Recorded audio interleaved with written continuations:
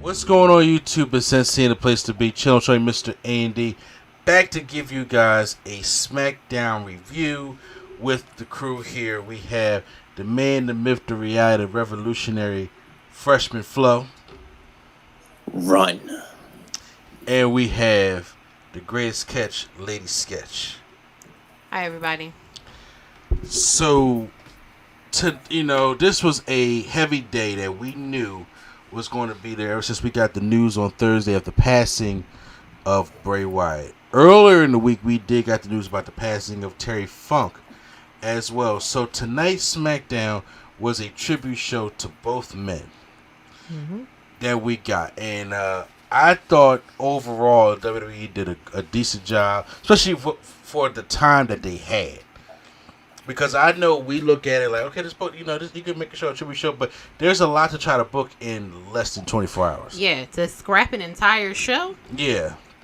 Especially when these shows, believe it or not, are made in advance. Yes, we hear about Vince tearing up stuff, but Triple H tends to have these shows in advance, and it's still hard to scrap a show and try to book stuff on the fly and things like that. So I think for what the time they were given and the time that they had it, they did a pretty decent job at doing that. I agree. Yeah, for the things that it were, and like I said, it's very hard and very heavy, and then obviously you have the old school fans or in the military, the people who just love wrestling who know about Terry Funk, know the contributions he did to the wrestling business and how popular and how great he was, and then you have the more modern fans and the more fans, even fans like ourselves who knew Bray Wyatt, who was a big star, who was active, and it just wasn't hitting people, because everybody was in shock.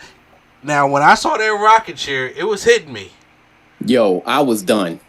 I was done. When I'm such a sap though. I was done as soon as the 10 bell salute was done. The bells always they get you. The bells always get you.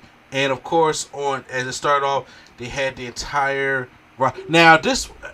I know we everybody should look around and see who they see and things like that, but no, we had the roster out there, and the ones that was present out there standing on the stage as usual. Michael Cole was down by ringside and was talking about the tributes that we're going to give to Terry Funk and Bray Wyatt. They did a 10-bell salute up there, and we seen some of the different people that they brought back for the tribute. They brought Eric Rowan was there, Braun Strowman was there. Are the ones that usually weren't there. I didn't see like Orton or Alexa Bliss or anything like that. There was some people who they said couldn't get flights. Bliss, yeah. Alexa said like she couldn't get a flight that would get her there in time. Yeah.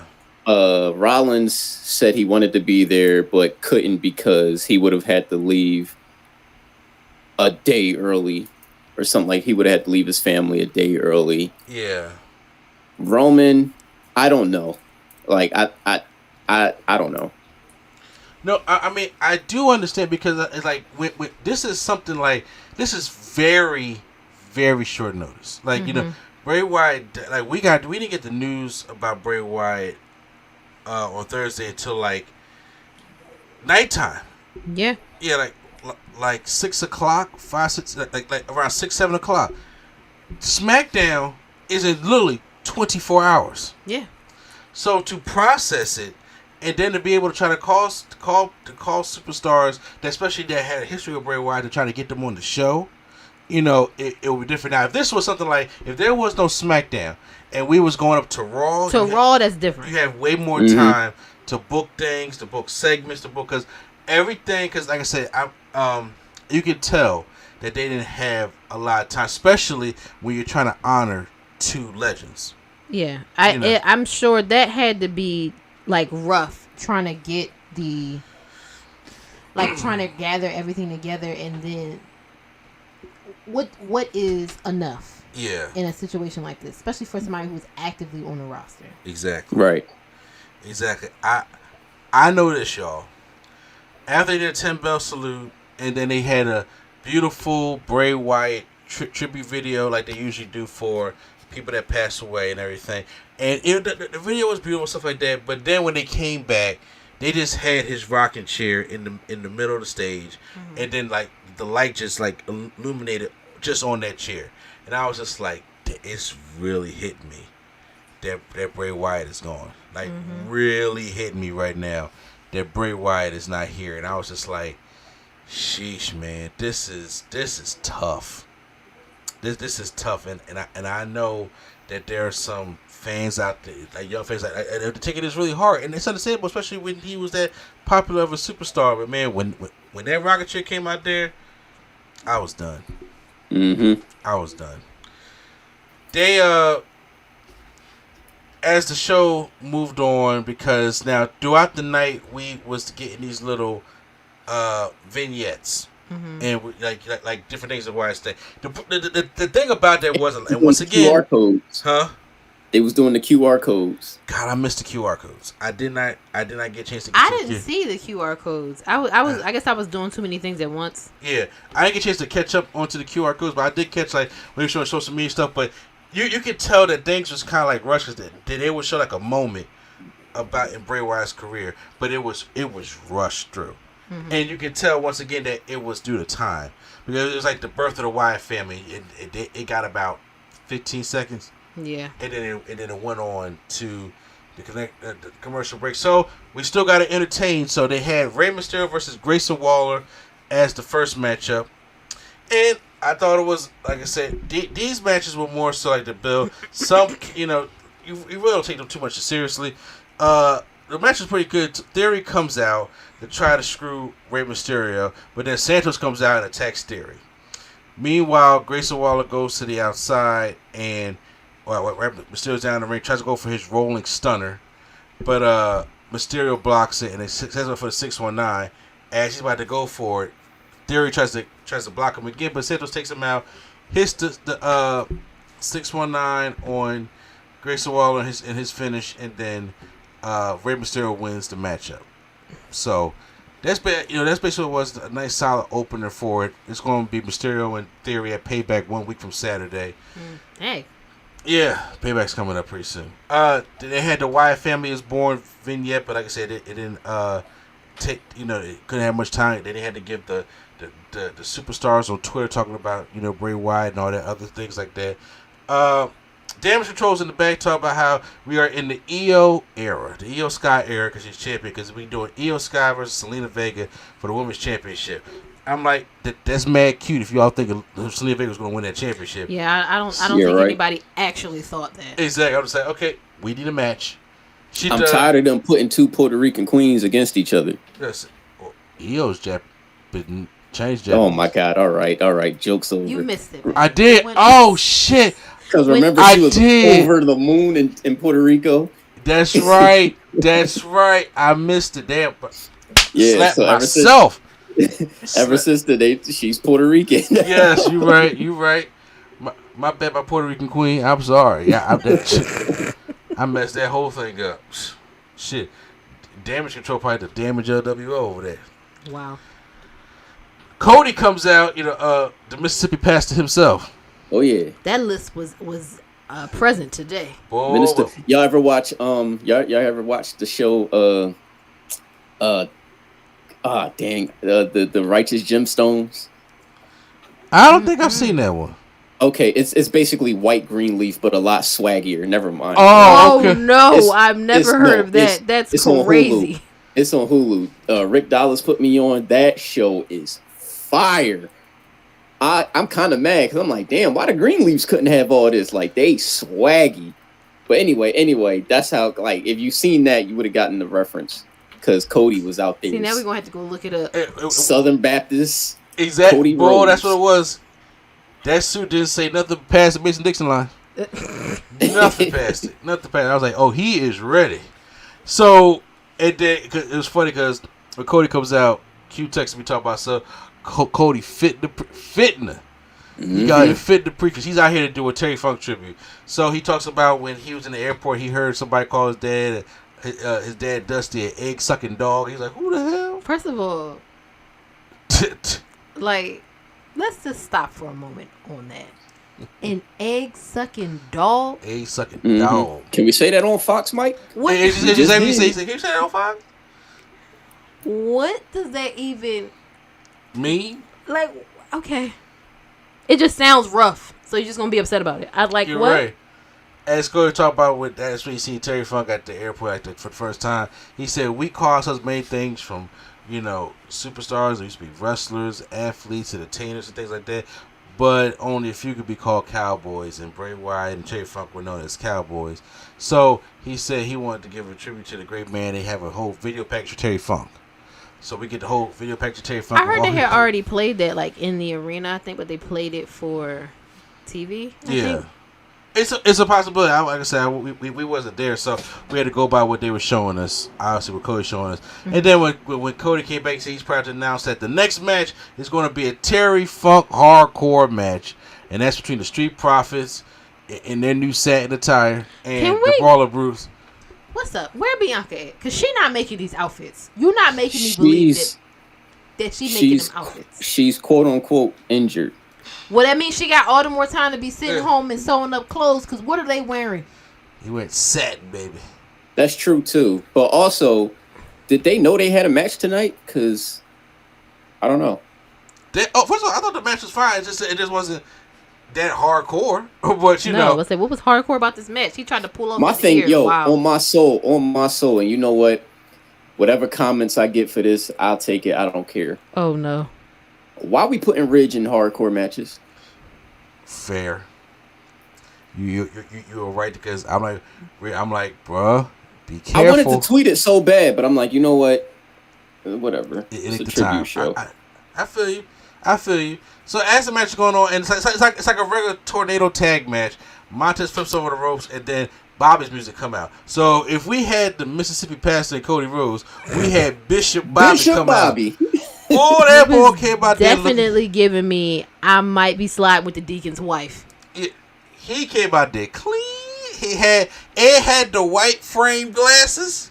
Bobby was out there clean. So we had a commercial break. When we come back, Bobby is on the outside of the ring to support in the Street Profits. Mm-hmm. As Butch is on the outside, he goes to pull out the table. And when he pulls the table out, he bumps into Bobby. And Bobby just like, he almost trips and everything. Bobby just looks at him and they have like this little stare down. Like, bruh, you don't mess up this. You mess up this $8,000 suit. I want to mess up this $37 coat. So he's looking at him. So then when they get in, they bring the table in the ring, and Ted's trying to do a rock bottom to Ridge Holland through the table. Ridge gets out because Ted took too much time. Mm-hmm. Yo. Can I also mention real quick? Yeah. To the dumbass who I unfortunately had to watch stream SmackDown until I got better signal. Because apparently during the Street Profits intro, walk down, Tez looked at the camera, was like, the whole world's in my hands. Or was like, got the whole and this dumbass who was streaming SmackDown was like, was he mocking Bray Wyatt? I'm like, why the fuck would he? What in your right mind thinks he would be mocking Bray Wyatt on a tribute show? No, that was just his or at all, for that matter. Like, are you stupid? Boy, I had to get. I had. Man, he was out there in rare form. He was out there in rare form. I'm like, why the hell? Like, are you stupid? What type of dumbass question is that? Like, people who don't know. Oh my god, they just bless them, bless their hearts. Yeah. And why are you streaming SmackDown if all you gonna do is talk through the damn show? Like, shut up. Anyway, because I was in Gettysburg today, so like my I couldn't use my Xfinity app like I normally do, so I had to watch somebody stream it until I got back into Philly. Gotcha. Okay, yeah. No, those could be annoying. Yeah. They beat down Montez. We can't go to the rock bottom, and then they're about to set up Angelo Dawkins to go through the table. So Pete Dunne gets on top, and then Bobby knock him down off the top. Then Pete Dunne looking like, oh, what you do that for? Bobby come out of nowhere and spear. Now Bobby do the spear with the flip. So he spears the shit out Butch. And he does the flip with it, and when he get up, them glasses stayed on. Still on his face. That's all. Look, that goes down in the list of the smoothest thing black wrestlers done. Now we know what the top is. Of course. We know it's that slide people's up. Rock slide. You know what I'm saying? But, I also put, Booker T jumping Goldberg spear in them suit pants. And them things ain't ripping. You know what I'm saying? At WCW. In the aspect we had high top Booker T. But my man spearing Butch in a full suit. Didn't rip the suit, not a wrinkle, not a crease. Exactly. And kept the glass. He answered the glass. They didn't fall off or nothing. They stayed on the whole time. Bobby. That's crazy. Smooth points right there. And Bobby don't do no normal spear. He got to do a flip with it. That's what I was saying. He flipped with it. So there was double the impact. And I was like, man, look. Y'all know when it comes to me, and I see my people do some smooth shit, I'm gonna point that out. I'm like, see, now I'm gonna have to go back and find it because, of course, at that very moment, I'm off doing something else. I completely missed it. Well, he ain't had to rebut nothing. He was just like, I came out this way, I'm leaving this way. Go ahead, Bobby. The Street Profits go and give Rich Holland a 3 reverse D. To the table because it's called the Revelation. The Revelation, okay. Okay. So it's like a reverse 3D where they start over 4 and then they turn around the back and turns to a neck breaker opposed to a cutter. So I'm like, okay, I'm cool with that. And they win the matchup and Bobby and them they hug and they go up on the ramp. After that, we get a Firefly Funhouse, like a little pro about the Firefly Funhouse. Like I said, these little they was quick. Yeah, it was like quick. Like okay, hey. Did you see it? Did you see it? It's gone. LA Knight, is out next to go against Finn Balor. Now they were saying 2 of Bray Wyatt's foes are going head to head, and I'm like, I know they didn't have time, but for people that may not know or understand, I was kind of hoping that they would build, say a little something about the history between Wyatt and Finn Balor. And we already know that the history between LA Knight and Wyatt, that was Wyatt's last match. That's Wyatt's the last match, yeah. Yeah, so I can understand that, but I just doing like little build up and showing WWE Rewind Royal Rumble, showing parts of that match and showing the match between like Demon, Balor, stuff like that. Just sit on a look and just give you just a little bit of history of behind before we got into this matchup. But LA Knight comes out. He's clearly like, look, I'm hurting, but I'm still gonna be LA Knight. Yeah. He cuts a promo about Bray. You can tell he's heartbroken. He said, "I tell you, seeing the picture up there with the kids and everything, that really hurts me." As he is talking about Bray Wyatt, he says very nice stuff about him and things. And he says, Bray Wyatt was getting me ready to be at this point and to do great things in my career. They did show a TMZ video of The Miz, setting things up for LA Knight, saying that he's a fad and all that kind of stuff like that. He's not going to last. He's not going to make it to WrestleMania 40, and that's a promise. And he says, The Miz, let me talk to you. And he says, he said, I'd rather be a fad than you because you are nobody. He said, you won the championship only to be the afterthought of the real thing that was going on. That was between The Rock and John Cena. True story. And then he says, so whatever you want to fight here or even at Payback or anything like that, just know that, LA Knight is coming for you. Also that he would say. He says also, one last thing. A wise man once told me, if you ever see me again. Next time you see me, run. So, nice little tribute to Bray Wyatt. Then Finn Balor comes out, and then we just have our Finn Balor versus LA Knight matchup. It was just the run-of-the-mill TV match. It was fine. LA Knight finishes off with the jump up on the ropes, like his still at 41 years old. That's very impressive that he's still able to do that. The superplex. Yeah, jump with that top rope, do a superplex, and then give the blunt force trauma to Finn Balor, and Finn Balor loses. I know Quattro saw was just like, man, Finn Balor say losing, which I get, but this show don't matter. You know what I'm saying? So yeah. It really doesn't matter. Well, let's rephrase that. The wins and losses don't matter. Okay. There's a tribute show. It definitely matters. Matter. But you're right. The wins and losses, matter. This ain't no storyline stuff. This a house show. Yeah. So at the end, when that match is over, all the lights go down like Bray Wyatt's about to come out. And they got me for a second. Because really? because when all the lights went out, you see the lantern, and I was like, who's this figure in the ring that looked just like him? Oh, it was the But I thought it was Uncle Howdy. I was about to say, are they gonna like allow this to continue? So what I thought, I was just like, okay, I thought somebody in the ring was about to say something, right? I thought maybe both, because I was like, that looks scary for a minute. I was like, oh, that's the big screen showing a silhouette. Yeah. Somebody, the cameraman is doing good work. Exactly. Got me from. I was like, who is that? And they had the lantern in there, and that's how SmackDown went off. Mm-hmm. And I was like, it's sad. It was a beautiful tribute show. There, of course, I'm not going to criticize the show. There's some things like I would have, I would have loved to see what it would have been like when they had more time, or more time to plan it, because I would have loved to hear from Eric Rowan. I would have loved to hear from Braun Strowman. I would have loved to hear from, because I felt as though if they had more time, Bo Dallas probably would have showed up. Yeah.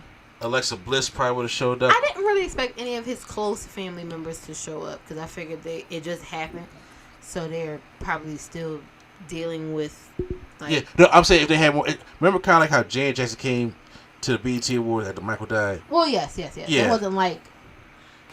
Was that the one right after he passed? Yeah, so remember, Mike died on that Thursday and BT was that Sunday. So they had some time. They had a couple days. Yeah. But it's like this was less than 24 hours. So that's all I'm saying. I didn't expect Bo Dallas to be there, or their dad, or JoJo, or anybody. I wasn't expecting anyone to be there, but first of all, none of them, to be honest with you. But I'm saying, if this had happened on a Raw, I do think they would have, Les Smith would have been able to make it. I do think Randy Orton would have came back. Because Randy Orton played a big part in his career also. Mm-hmm. I do think that a representative maybe like Bo Dallas would have came. I'm gonna keep it. I'm gonna also keep it 1,000 though. Yeah. Let's cut Alexa a little bit of slack. She pregnant. I don't think anybody was giving her or where to get. They might have been, but she said she couldn't get a flight. First of all, you said she couldn't get a flight. Man, if you've been flying lately, flying right now, big trash. Sit your baby having self down. Yeah, all right. It's those kind of people that was really that you can tie Bray Wyatt's career with. Could have had time to speak, or I just like hearing the superstars be able to express their feelings. Well, I guess that's what the Twitter, the tweets were for. Yeah, because they're still people. So. Yeah, they're still people. That's what I'm saying. So I appreciate the Twitter stuff, because back in the day it was getting that raw emotion. They would sit in front of the camera and they would talk about how they, what that person meant to them, and it just felt more intimate that way. Yeah. So and like I say, it's so unfortunate that it just happened.